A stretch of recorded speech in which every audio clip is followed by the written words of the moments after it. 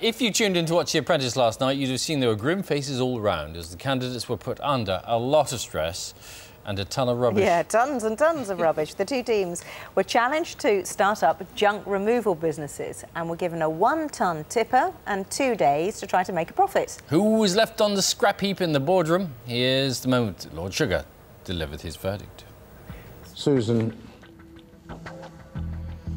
I'm giving you another chance.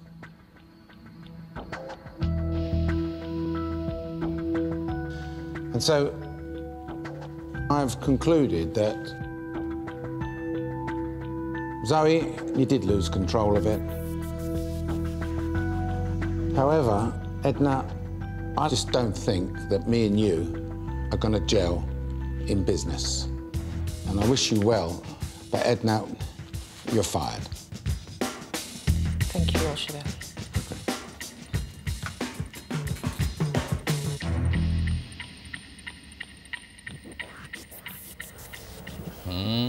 Edna Agbarha is here. A whole new Edna, actually. You came out of the boardroom, you got your hair cut. You look completely different. As if by magic. As if by magic. It's a rule, isn't it? You come off for the female competitors, you come off The Apprentice, you get a new hairdo. Absolutely. Were you surprised? I was a bit surprised, actually, that you went out last night. I must say I was a little surprised, yes. Why do you think it happened?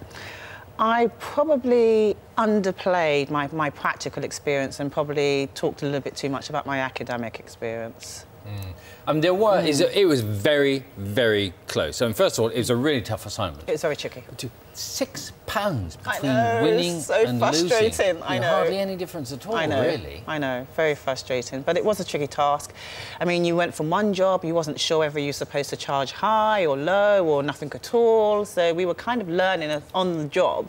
But the guys that we were trying to negotiate with obviously knew the tricks of the trade. Yeah. You seem so sweet. And in the programme, you were quite combative. How did you find the environment? I mean, there's lots of dynamics going on, and I think you have to have a voice. You're amongst 15 other very vocal individuals, so you've got to kind of mark your ground, mark your territory, and I guess that's what I was trying to do. Is it scrappy, though? You end up having fights with others in order to establish your territory? I think I kept out of some of the scraps, you know. In fact, I probably tried to calm down some of the scraps that happened. You certainly did. Here you are, blowing your whistle as a referee. Next attender.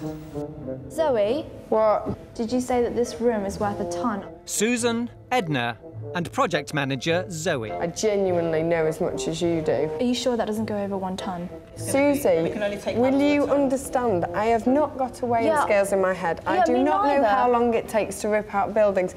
I do not know. Okay, Seriously, I know as much as you. Work with me here. I'm asking you a simple question. No, simple. It is not simple. I can't weigh a ton of stuff with my eyes. It's not simple. If it's simple, you wouldn't be asking me the question. See, and actually, it was Zoe's fault that you lost because she couldn't tell the difference as to whether she should be paying to remove the scrap or being paid to remove the scrap, which is a fairly fundamental error. Yeah, I mean, to be fair, though, to Zoe, a lot of us weren't quite sure. So, you know, the team wasn't sure. But I think in terms of what you expect from a project manager, you do expect leadership, you expect some type of a vision, you expect direction, and we really got none of that. So that's probably where I would say, you know, Zoe perhaps has a little bit to answer for. Although pulled it back by the second day. Yeah, I mean, I think the second day was a lot better, definitely, compared to the first day. Stumbling across those enormous copper cylinders. Yes, what a result that was. Well, I secured all of those deals the day before, so I made all of the phone calls. Did you? That was a huge argument in the boardroom about who secured what. I made all of the phone calls for all of the visits that we had the next day. So, in a sense, you know, that was my contribution to the actual task. You know, the fact that I asked the right questions and we went to those visits, I think was probably the reason why we got so much money. Fundamentally, at the end of the day, you're getting to a stage in the competition, though, where Lord Sugar's kicking people out, not because they were particularly good or bad and anyone tasked, but because he thinks, you know what, we're just not...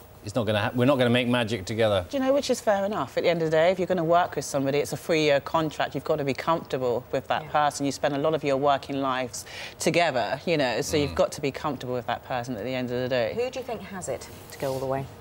I think the person who will do well is the diplomat, the person who doesn't alienate others, who doesn't get drawn into the boardroom, essentially. If you stay out of the boardroom, you're you're lucky. Or if you play the boardroom really well, like Jim, for example, Yes. seems to be able to handle. Yeah, he seems to be able to avoid the boardroom quite, if he wasn't, quite well. If he wasn't, yes, he'd be a good boxer, I reckon, Jim. What have you learned about yourself from the whole experience?